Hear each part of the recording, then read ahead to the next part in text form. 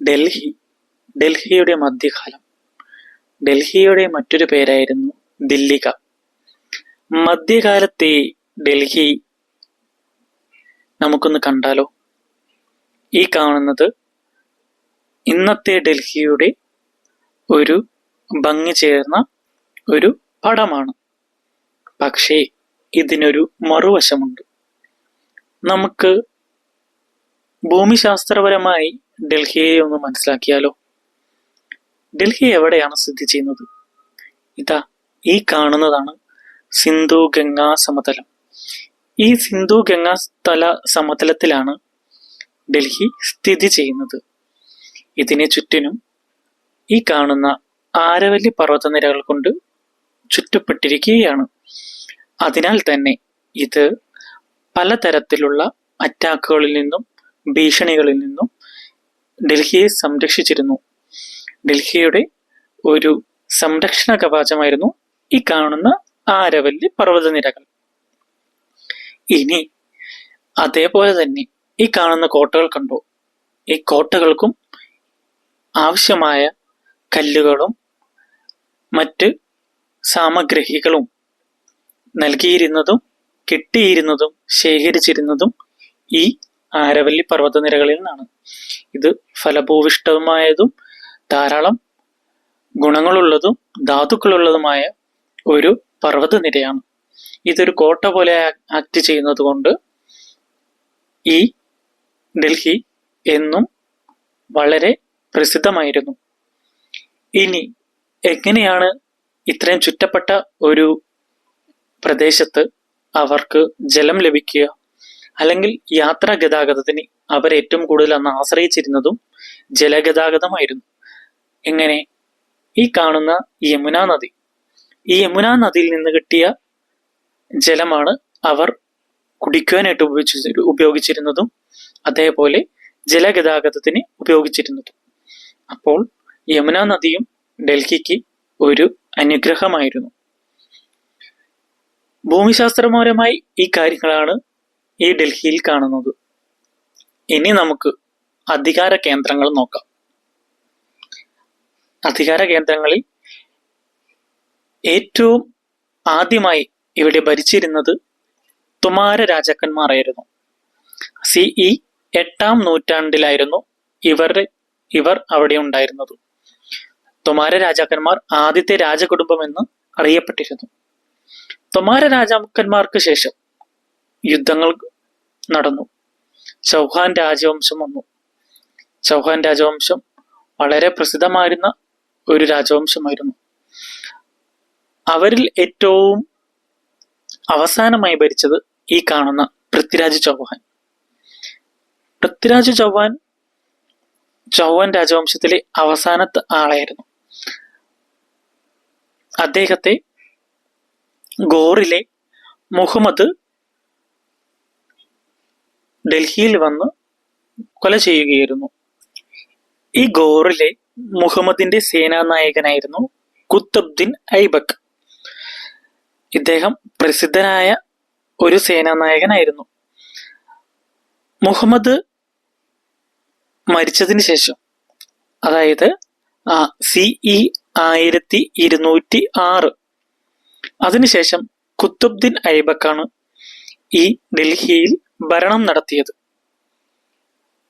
അദ്ദേഹം ഭരണം നടത്തിയ കാലത്ത് ആ വംശത്തെ അറിയപ്പെട്ടിരുന്നത് മംലൂക്ക് വംശം എന്നായിരുന്നു. അതായത് അടിമ വംശം, മംലൂക്ക് വംശം. അടിമ വംശം കഴിഞ്ഞതിന് ശേഷം 4 രാജവംശങ്ങൾ 1526 വരെ ഈ ഡൽഹിയിൽ ഭരണം നടത്തി. ആ കാലഘട്ടത്തെ സൽത്താനത്ത് കാലഘട്ടം എന്നറിയപ്പെട്ടു. അന്നത്തെ രാജാക്കന്മാരെ സുൽത്താൻമാർ എന്നും അറിയപ്പെട്ടു. അതിൽ ആദ്യത്തെ രാജവംശം മംലൂക്ക് വംശം അല്ലെങ്കിൽ അടിമ വംശം.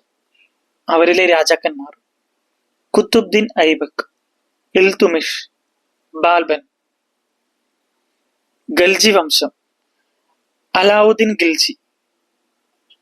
തുഗ്ലക് വംശം മുഹമ്മദ് ബിൻ തുഗ്ലക്, ഫിറോസ് ഷാ തുഗ്ലക്, സയ്യിദ് വംശം, ഗിസിർ ഖാൻ, ലോധി വംശം, ഇബ്രാഹിം ലോധി,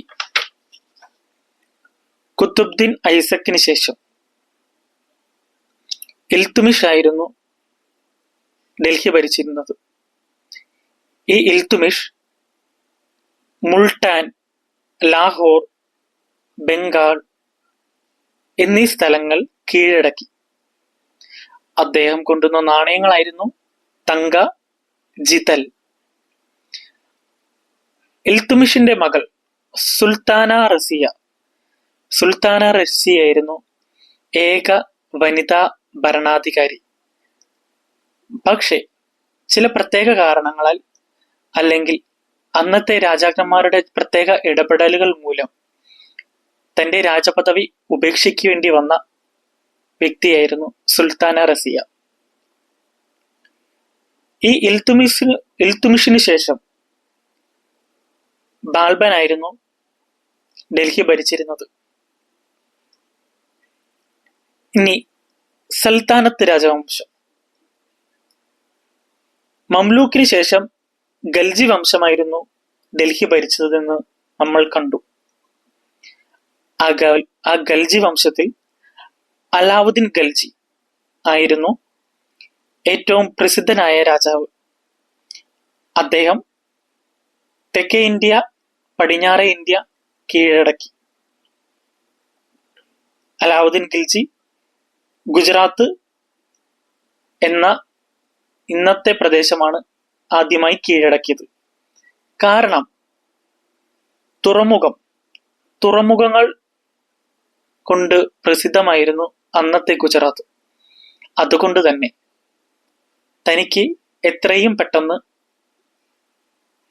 കുതിരകളെ ഇറക്കുമതി ചെയ്യാനും മറ്റ് വ്യാപാര ബന്ധങ്ങൾ ഉറപ്പാക്കുവാനും ഇതുവഴി സാധിച്ചു. പിന്നീട് വന്ന വംശം തുഗ്ലക് വംശം. മുഹമ്മദ് ബിൻ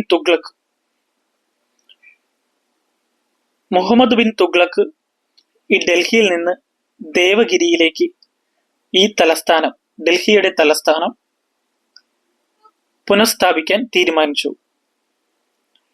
ഇന്നത്തെ ദൗലത്താബാദ് എന്നാണ് ദേവഗിരി അറിയപ്പെട്ടിരുന്നത്. പക്ഷേ അദ്ദേഹം ഇത് പിൻവലിക്കുകയാണ് ചെയ്തത്. കാരണം അങ്ങോട്ടേക്ക് പുനഃസ്ഥാപിച്ചാലും അതുകൊണ്ട് വലിയ മെച്ചമില്ലെന്ന് അദ്ദേഹത്തിന് മനസ്സിലായി. പിന്നീട് വന്ന വംശം സയ്യിദ് വംശം, ലോധി വംശം. ഈ രണ്ട് രാജവംശങ്ങളും മറ്റുള്ള രാജവംശത്തെക്കാൾ ദുർബലരായിരുന്നു.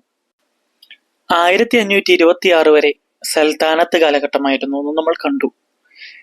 അതിനുശേഷം വന്ന രാജവംശമായിരുന്നു അല്ലെങ്കിൽ ഭരണം നടത്തിയവരായിരുന്നു മുഗൾ ഭരണാധികാരികൾ എന്നറിയപ്പെട്ടിരുന്നത്. 1526 ഏപ്രിൽ 26 പാനിപ്പത്തിൽ വെച്ച് ബാബറും ഇബ്രാഹിം ലോധിയും തമ്മിൽ നടന്ന യുദ്ധത്തിന് ശേഷമാണ് മുഗൾ ഭരണത്തിൽ വരുന്നത്. ഇബ്രാഹിം ലോധിയെ ബാബർ പരാജയപ്പെടുത്തുകയും ബാബറിന്റെ നേതൃത്വത്തിൽ മുഗൾ ഭരണം ഡൽഹിയിൽ സ്ഥാപിക്കപ്പെടുകയും ചെയ്തു. ഇദ്ദേഹം കാബൂൾ ഭരണാധികാരി ആയിരുന്നു. പീരങ്കിയും വെടിമരുന്നുകളും ഉപയോഗിച്ചതിന് കൊണ്ടാണ് ഇദ്ദേഹം ഇബ്രാഹിം ലോധിയെ പരാജയപ്പെടുത്തിയത്. അങ്ങനെ മുഗൾ ഭരണം നടപ്പിലായി. ബാബർ രാജ്യം വികസിപ്പിച്ചു.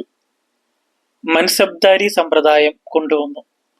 എന്താണ് മൻസബ്ദാരി സമ്പ്രദായം? നിശ്ചിത എണ്ണം സൈനികരെ നിലനിർത്തണം എന്നുള്ളൊരു തീരുമാനമായിരുന്നു ഇതിനു പിന്നിൽ. അന്ന് നടന്നിരുന്ന രാജപുത്രാക്കന്മാർ രാജമാൻസിംഗ്, രാജ തോഡർമാൾ, ബീർബൽ എന്നിവരായിരുന്നു. മുഗൾ ഭരണത്തിൽ പ്രസിദ്ധനായ ഭരണാധികാരിയായിരുന്നു അക്ബർ. അക്ബറിനു വേണ്ടി അബാൾ ഫസൽ എഴുതിയ കൃതിയാണ് അക്ബർ നാമ. ഇതിനെ 3 ഭാഗങ്ങളായി തിരിക്കുന്നു. ആദ്യത്തെ ഭാഗത്തെ അക്ബറുടെ മുൻഗാമിനെ കുറിച്ചും, രണ്ടാമത്തെ ഭാഗത്തെ അക്ബറുടെ ഭരണകാലത്തെ കുറിച്ചും, മൂന്നാമത്തെ ഭാഗത്തെ അക്ബറുടെ ഭരണ സംവിധാനത്തെ കുറിച്ചുമാണ് പറയുന്നത്. അയിൻ ഇ അക്ബരി എന്നും മൂന്നാമത്തെ ഭാഗത്തെ അറിയപ്പെട്ടിരുന്നു. ഈ വീഡിയോ ഇവിടെ അവസാനിക്കുന്നു.